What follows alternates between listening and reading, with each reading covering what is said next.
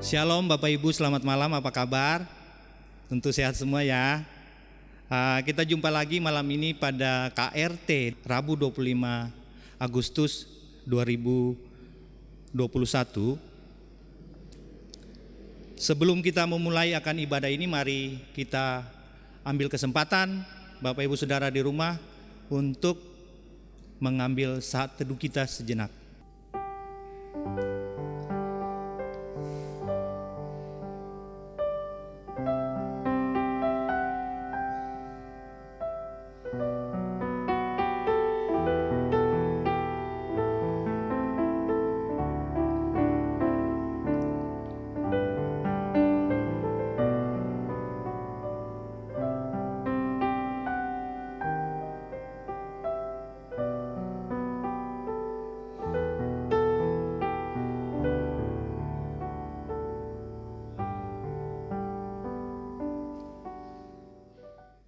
Baik, kita memulai KRT pada malam hari ini dengan satu keyakinan bahwa Tuhan kita adalah pencipta dan pemelihara. Ia adalah gembala yang baik dari dulu, sekarang, dan selama-lamanya. Selamat malam, Tuhan besertamu. Selamat malam, Tuhan besertamu juga. Kita membuka ibadah kita dengan menyanyikan Kidung Keesaan 13 ayat 1, 3, dan 7. Bumi dan langit pujilah.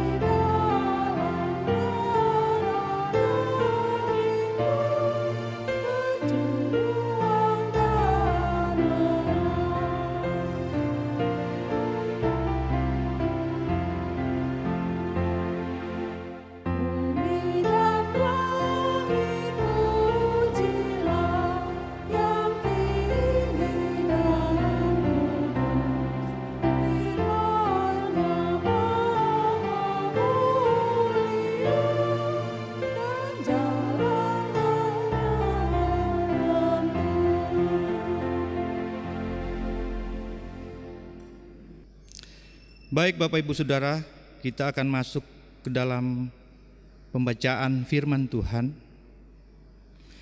yang terambil dari Efesus 6. Efesus 6 ayat 10 sampai dengan 20.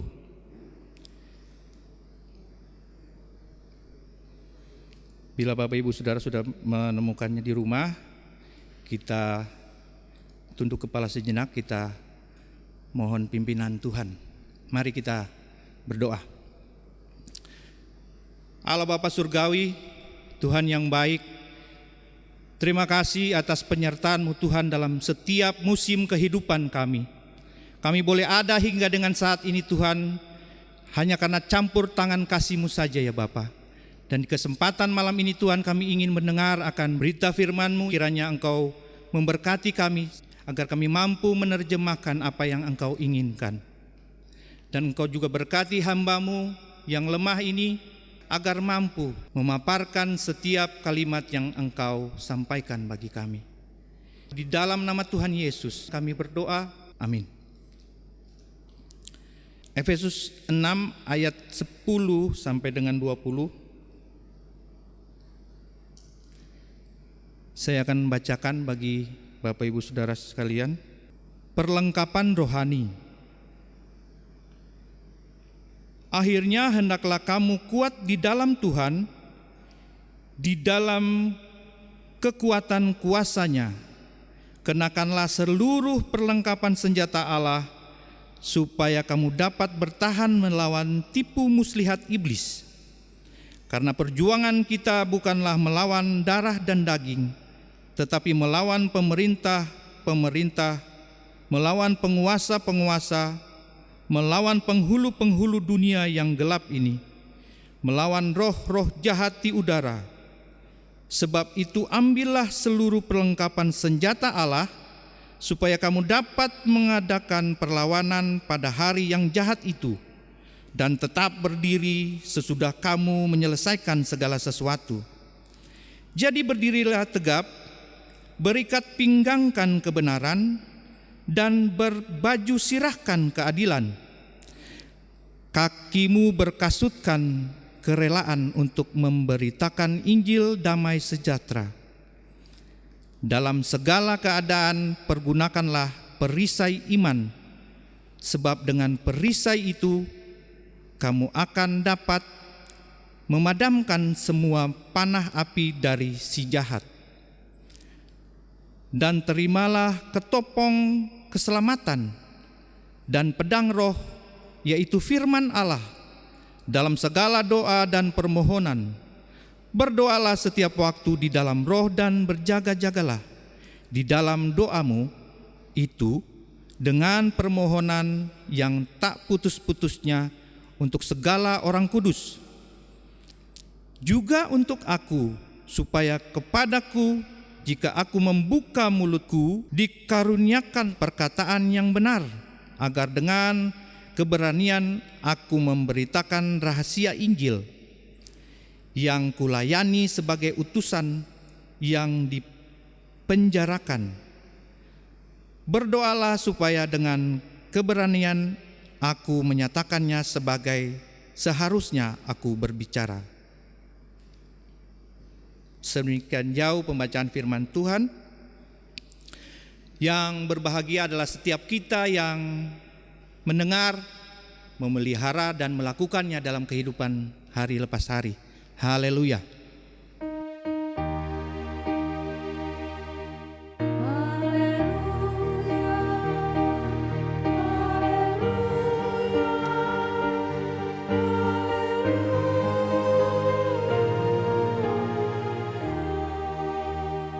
Haleluya, Bapak Ibu Saudara. Sekali lagi saya ingin menyapa Bapak Ibu Saudara di rumah, Bapak Ibu, Oma, Opa, adik-adik, kakak. Apa kabar? Tentunya harapan saya baik-baik saja, tapi kan kondisi kita masing-masing pasti berbeda-beda. Ada yang sementara sakit, kiranya Tuhan jamah dan sembuhkan. Ada yang berduka, terkhusus buat Oma Watilete yang baru saja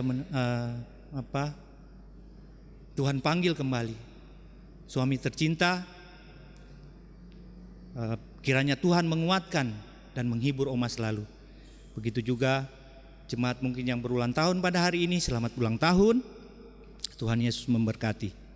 Baik, tema kita yang diberikan oleh Sinode pada kesempatan KRT kali ini adalah belajar menjadi pemimpin yang ideal.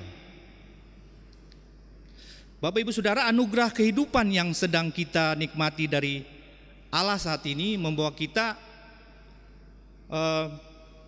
kepada suatu kenyataan yang indah bahwa kita harus bersekutu dengan Allah. Kita harus bersekutu dengan Allah, berbagi dalam Kristus, dan bersaksi bagi dunia dan juga masyarakat di mana kita hadir dan berkarya. Nah, melihat situasi seperti sekarang ini, di mana kondisinya seakan-akan dihantui oleh rasa takut, rasa gelisah. Tapi sebagai orang percaya seharusnya kita tidak perlu terlalu tenggelam sampai berlarut-larut, sampai rasa takut itu menggerogoti kita. Akhirnya kadang ada yang sakit tapi takut untuk menyampaikannya. Jangankan kepada saudara sendiri, kepada tetangga aja udah takut gitu, karena seakan-akan kayak pandemi ini atau COVID ini suatu aib gitu bagi keluarga bila ada yang terdampak atau terkena, ya Bapak Ibu Saudara di rumah. Sehingga akibat dari dampak itu yang bukan hanya merontokkan kondisi fisik kita, tapi juga berpotensi besar membunuh persekutuan kita dengan Tuhan. Akhirnya kita seperti lupa akan kuasanya gitu. Marilah kita coba bersama-sama belajar yang pertama sekali tentang bersekutu dengan Allah. Bagaimana kita harus bersekutu dengan Allah? Kita tahu bahwa Allah adalah terang. Artinya di dalam Allah tidak ada kegelapan. Firman Tuhan katakan dalam 1 Yohanes 1 ayat 5, dan inilah berita yang telah kami dengar dari Dia dan yang kami sampaikan kepadamu, Allah adalah terang, dan di dalam Dia sama sekali tidak ada kegelapan. Terang di sini disimbolkan sebagai kebenaran, dan gelap adalah simbol dosa ya Bapak Ibu Saudara. Jadi makna bersekutu dengan Allah berarti kita hidup di dalam terang atau di dalam kebenaran. Bagaimana caranya kita hidup dalam kebenaran? Timbul pertanyaan bahwa bagaimana kita hidup di dalam kebenaran? Hidup dalam kebenaran berarti kita harus bertobat dan taat. Kita bertobat dan taat, tinggalkan pola hidup kita yang lama. Ada satu lagu yang saya rasa dapat menguatkan kita. Mungkin Kak Dewi bisa bantu ya. Lagunya udah biasa kita dengar.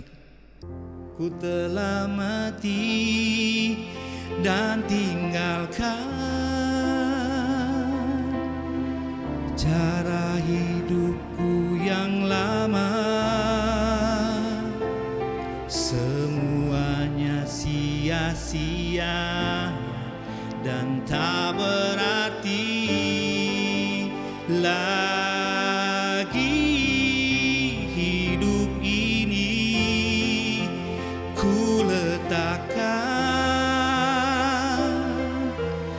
pada mezbah-Mu ya Tuhan. Jadilah padaku seperti yang Kau ingini. Terima kasih Kak Deo. Ya, jadi sebuah lagu yang bila kita nyanyikan terus menerus setiap hari akan dapat menguatkan kita. Ku telah mati dan tinggalkan cara hidupku yang lama. Artinya kita bertobat dan kemudian kita tinggalkan pola hidup kita yang lama. Kita hidup di dalam Tuhan. Kemudian semua sia-sia dan tak berarti lagi. Yang kita tinggalkan itu udah kita tinggalkan gitu. Hidup ini kuletakkan pada mezbah-Mu. Jadi kita meletakkan hidup kita, kita pertaruhkan hidup kita sepenuhnya di dalam tangan kasih kuasa Tuhan. Tidak melenceng ke kiri atau ke kanan ya Bapak Ibu Saudara. Kemudian lirik yang berikutnya adalah yang sangat harus kita harus kita garis bawahi lah. Jadilah padaku seperti yang Kau ingini. Ya, kita beriman ya, beriman kepada Tuhan berarti kan kita mau membawa diri kita diatur oleh Tuhan. Bukan sebaliknya, bukan beriman kita yang atur Tuhan, tapi Tuhan yang mengatur kita. Jadi jadilah padaku seperti yang Kau ingini. Kira-kira begitu. Ada ini sebagai ilustrasi aja untuk lagu yang bisa menguatkan kita Bapak Ibu. Karena bersekutu dengan Allah bukanlah suatu hal yang hanya rutinitas biasa aja. Seperti ya kita memang terlahir Kristen. Dan rutinitas sebagai orang Kristen adalah tiap pagi baca firman, kemudian hari Minggu ke gereja atau ibadah online seperti sekarang ini. Masa-masa sekarang ini masih beribadah online atau aktif dalam komisi-komisi pelayanan dan sebagainya. Bukan hanya itu Bapak Saudara.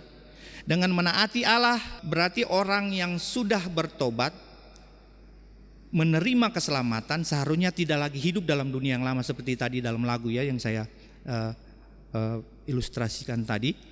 Jadi gaya hidup orang yang sudah bertobat haruslah menampakkan kedekatannya, keakraban kita dengan Tuhan. Kedekatan kita, kalau kita dekat dengan Tuhan berarti segala sesuatu yang kita lakukan itu seturut kehendaknya. Berarti Roh Kudus turun atas kita dan kemudian kita melakukan segala sesuatu di dalam kebenaran. Lalu kemudian timbul lagi pertanyaan, kalau gitu berarti kalau orang yang udah bertobat itu nggak bakalan jatuh lagi ke dalam dosa? Ya nggak gitu juga, nggak gitu juga Bapak Ibu Saudara. Karena di dalam Matius 26 ayat 41 mengatakan, berjaga-jagalah dan berdoalah supaya kamu jangan jatuh ke dalam pencobaan. Roh memang penurut, tetapi daging lemah.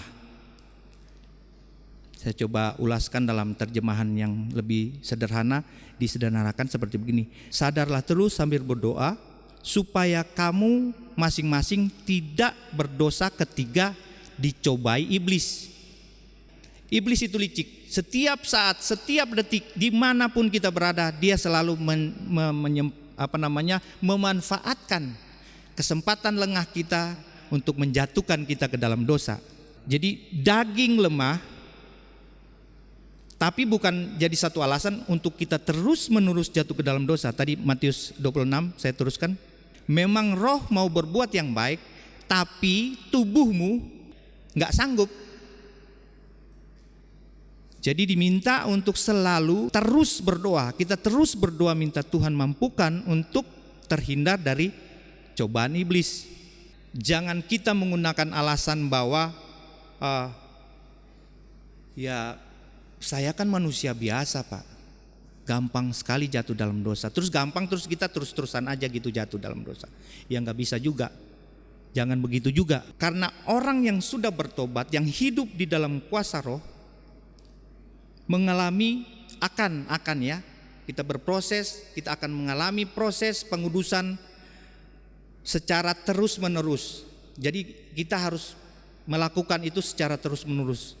Karena di dalam ketaatan terjadi pengudusan oleh Kristus yang telah mencurahkan darahnya di kayu salib demi menebus semua manusia yang berdosa.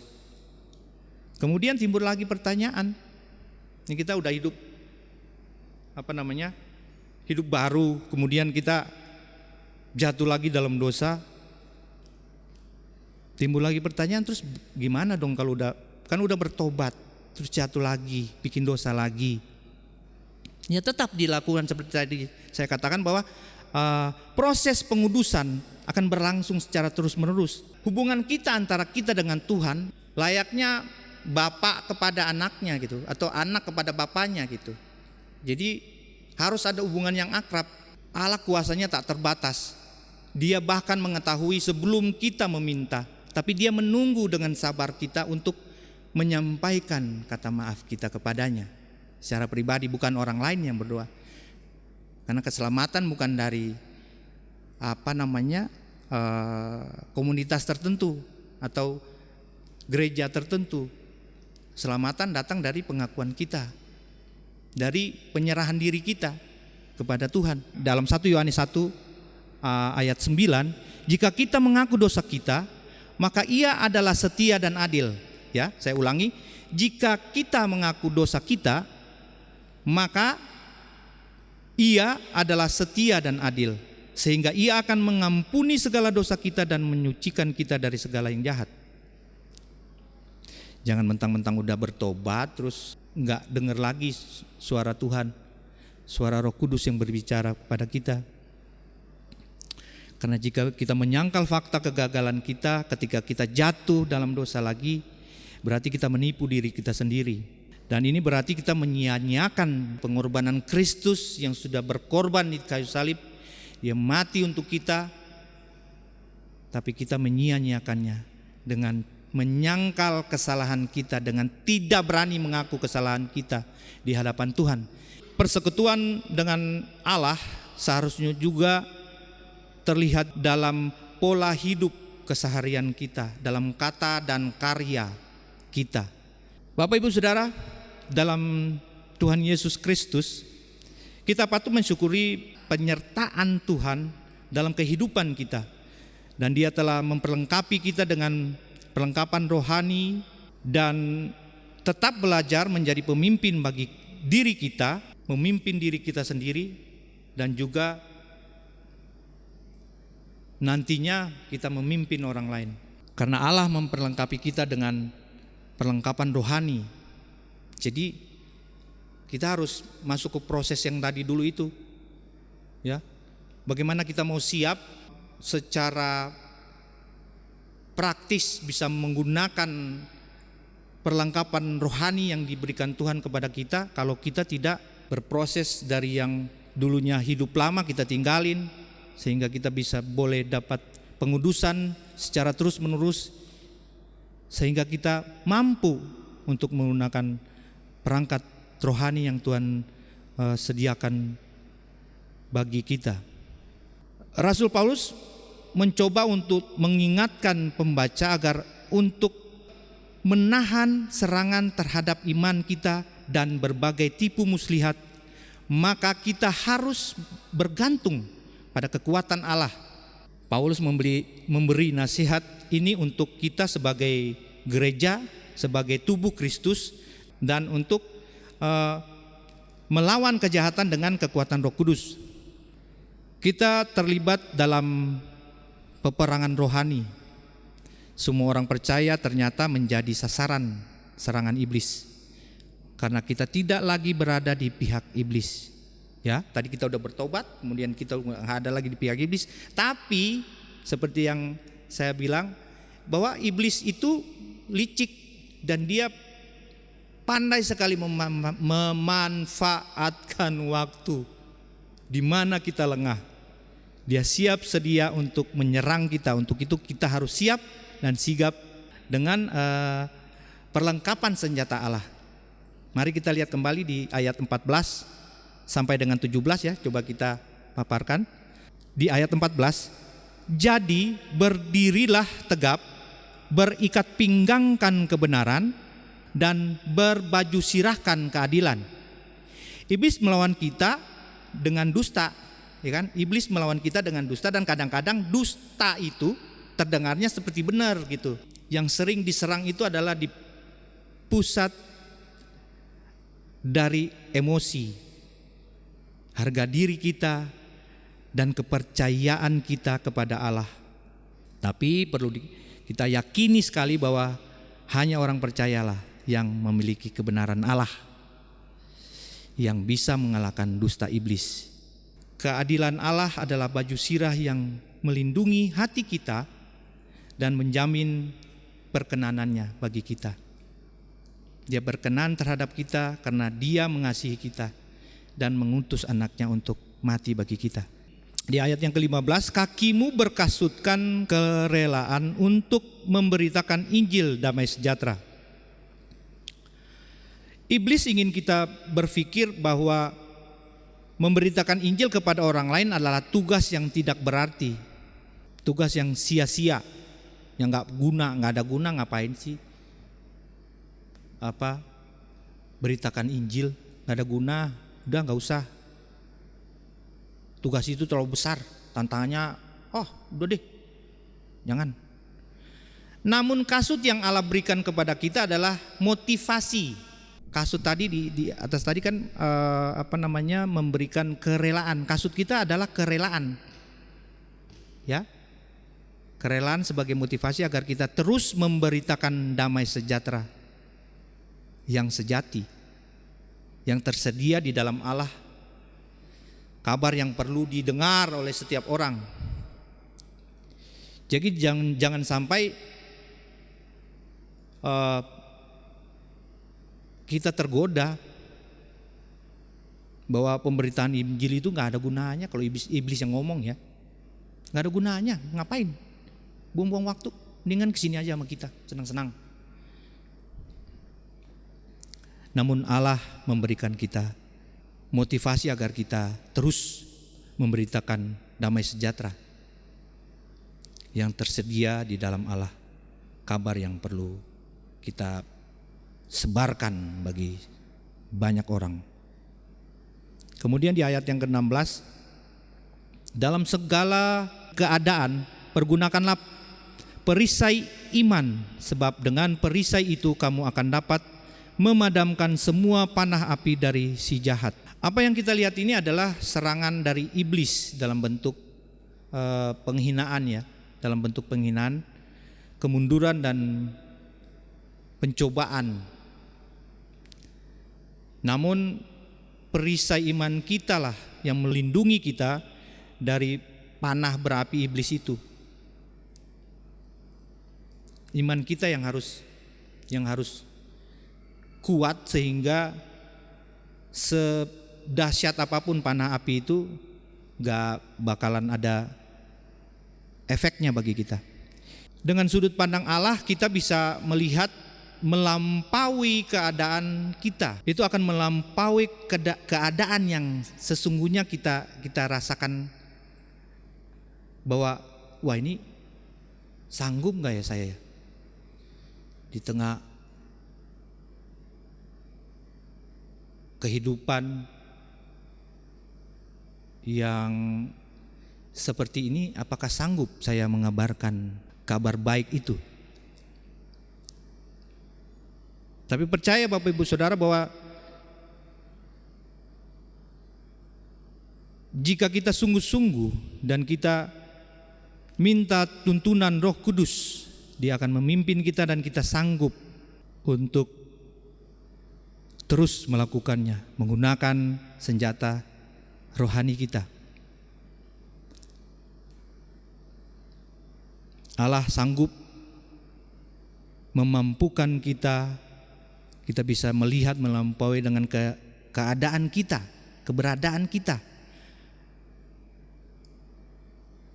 dan mengetahui bahwa kemenangan akhir adalah milik kita. Di ayat yang terakhir, ayat 17, dari bagian dari pelengkapan senjata Allah ini adalah senjata rohani Allah. Ayat yang ke-17 bunyinya, dan terimalah ketopong keselamatan dan pedang roh. Ketopong itu topi atau kopiah, dalam terjemahan bahasa Indonesia itu artinya topi atau kopiah. Dan terimalah ketopong keselamatan dan pedang roh, yaitu firman Allah. Iblis ingin membuat kita meragukan Allah, Yesus, dan keselamatan kita. Dia terus mencari kesempatan. Jadi kita menggunakan ketopong keselamatan dan pedang roh, yaitu firman Allah. Nah, pedang itu adalah satu-satunya senjata yang menyerang dalam daftar senjata ini. Ada kalanya kita perlu melakukan serangan terhadap iblis. Ketika kita dicobai, kita harus percaya kepada kebenaran firman Allah.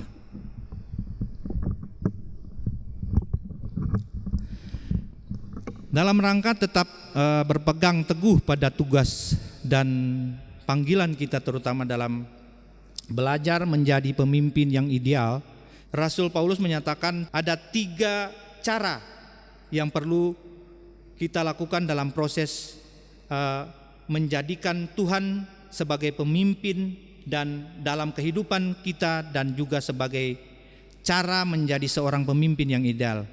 Yaitu 1, kita harus belajar memimpin dengan cara menguatkan hati kita dan pikiran kita melalui kuasa Allah. Karena setiap kita dipanggil untuk berjuang sehingga mampu melewati godaan dan tantangan.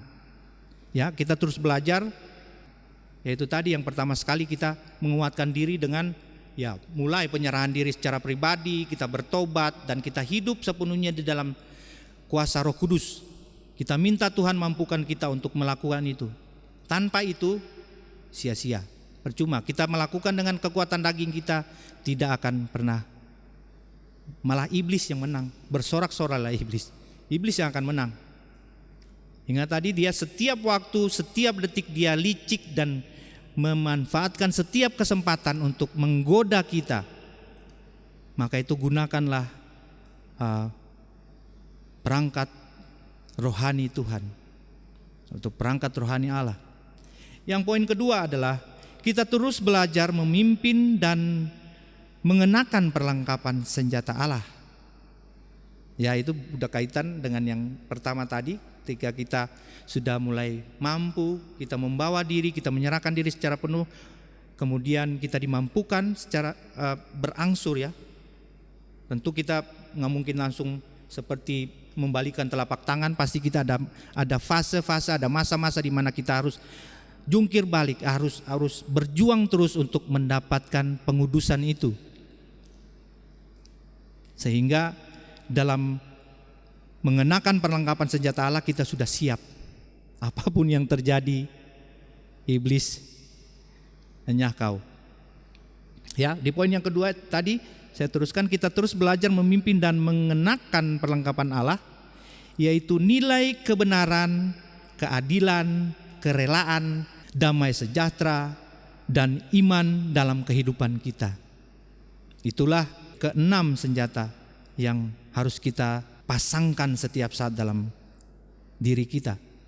Kemudian di poin ketiga Rasul Paulus menyampaikan kita terus belajar memimpin dengan tidak jemu-jemu, ya, memimpin dengan tidak jemu, berdoa, bergumul, hubungan kita selalu senantiasa akrab dengan Tuhan, tentu saja lewat doa yang bukan hanya berpusat pada diri kita sendiri, melainkan doa yang menunjukkan kepedulian dan cinta kasih kita terhadap orang di sekitar kita. Kita perlu terus belajar percaya bahwa Allah di dalam Tuhan Yesus lebih berkuasa daripada hal-hal yang jahat di dunia ini. Sehingga seorang yang belajar dipimpin oleh Allah, maka dia jangan pernah terbiasa membiarkan dirinya dijebak oleh tipu muslihat iblis. Namun sebaliknya, menyatakan nama Allah dalam setiap pelaku hidupnya dan berani menghadapi setiap tantangan dan cobaan yang ada di depan kita. Seorang yang mau menjadi pimpinan yang ideal haruslah belajar mengandalkan kekuatan Allah, sang pemimpin yang ideal, yang harus didengar dan ditaati dengan menggunakan segenap potensi, talenta, dan karunia-Nya. Tuhan memberkati kita semua. Amin.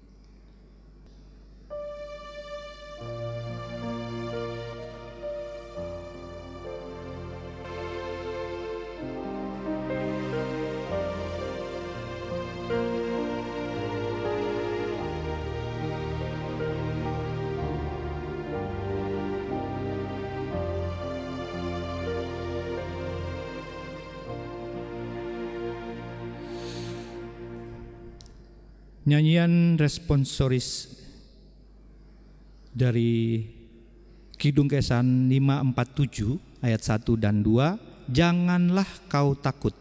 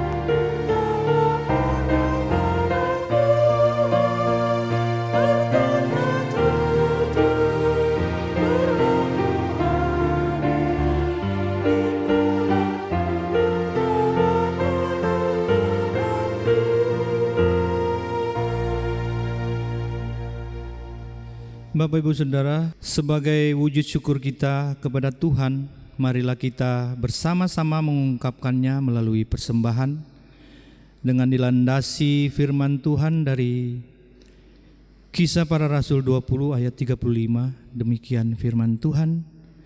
Dalam segala sesuatu telah kuberikan contoh kepada kamu, bahwa dengan bekerja demikian kita harus membantu orang-orang yang lemah dan harus mengingat perkataan Tuhan Yesus, sebab Ia sendiri telah mengatakan, adalah lebih berbahagia memberi daripada menerima.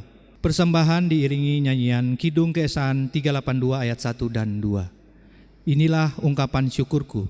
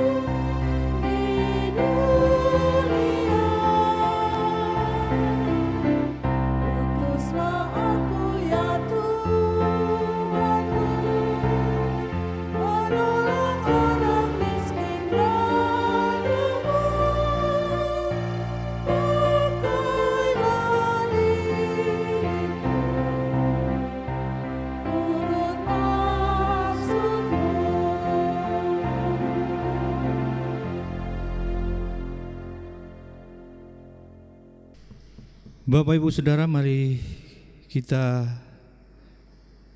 bawa persembahan kita dalam doa dan kemudian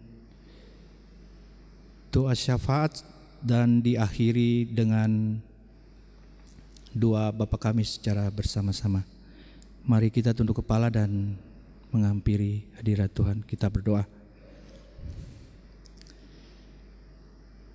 Allah Bapa Gembala kami yang baik, terima kasih atas firman-Mu yang sudah boleh kami dengar. Dan biarlah firman-Mu itu menjadi kekuatan bagi kehidupan kami, hari lepas hari kami ya Tuhan.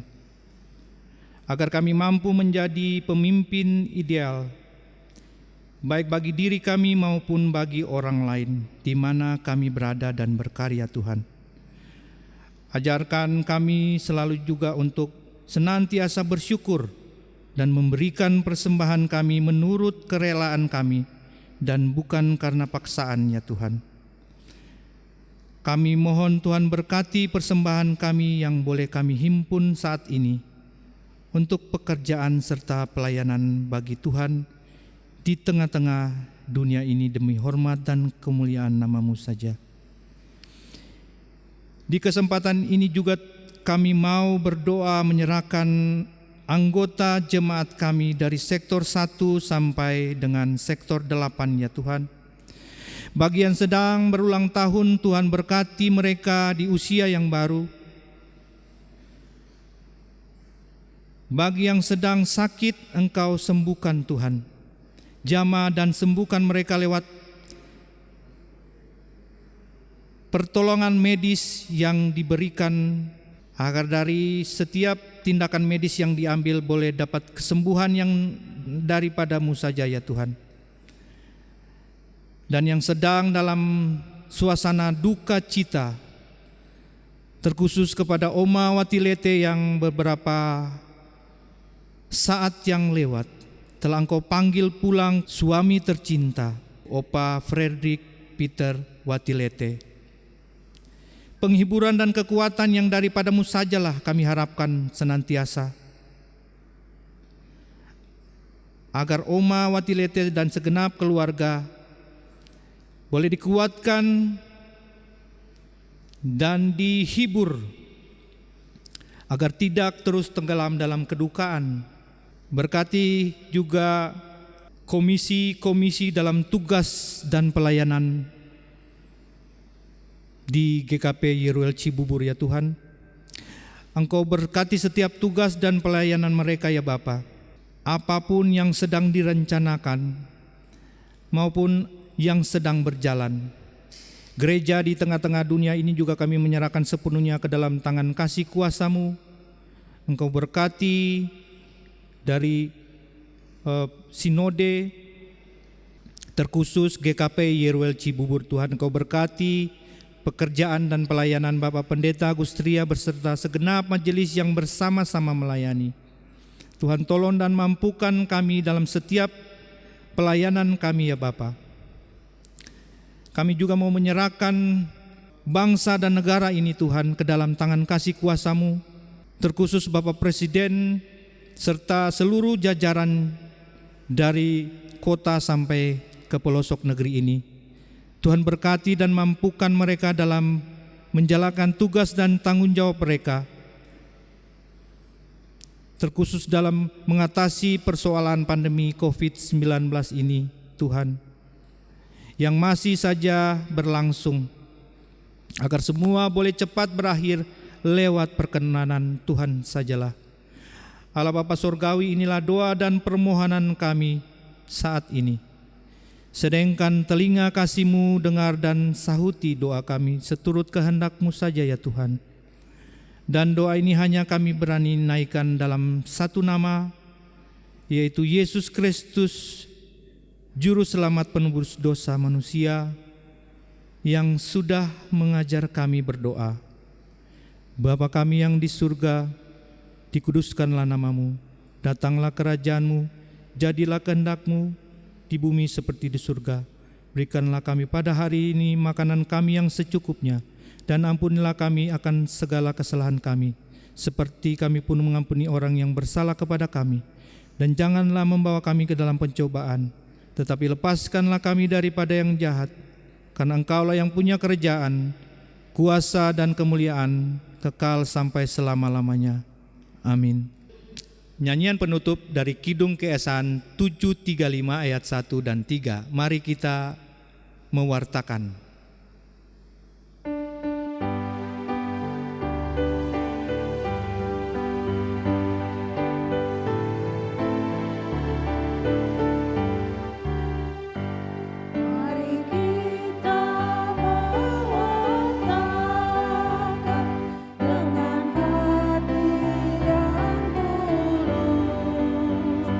Bawa kabar sukacita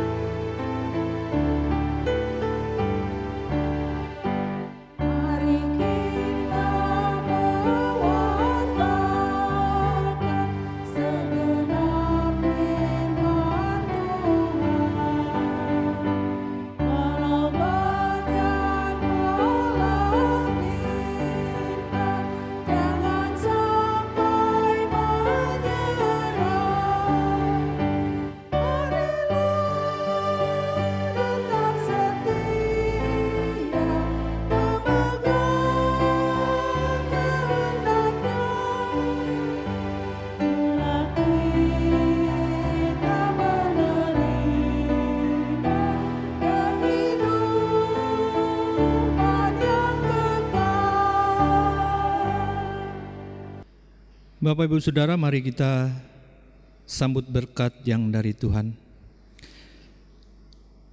Kasih karunia Tuhan Yesus Kristus, damai sejahtera Allah Bapa di dalam persekutuan Roh Kudus kiranya menyertai saudara sekalian.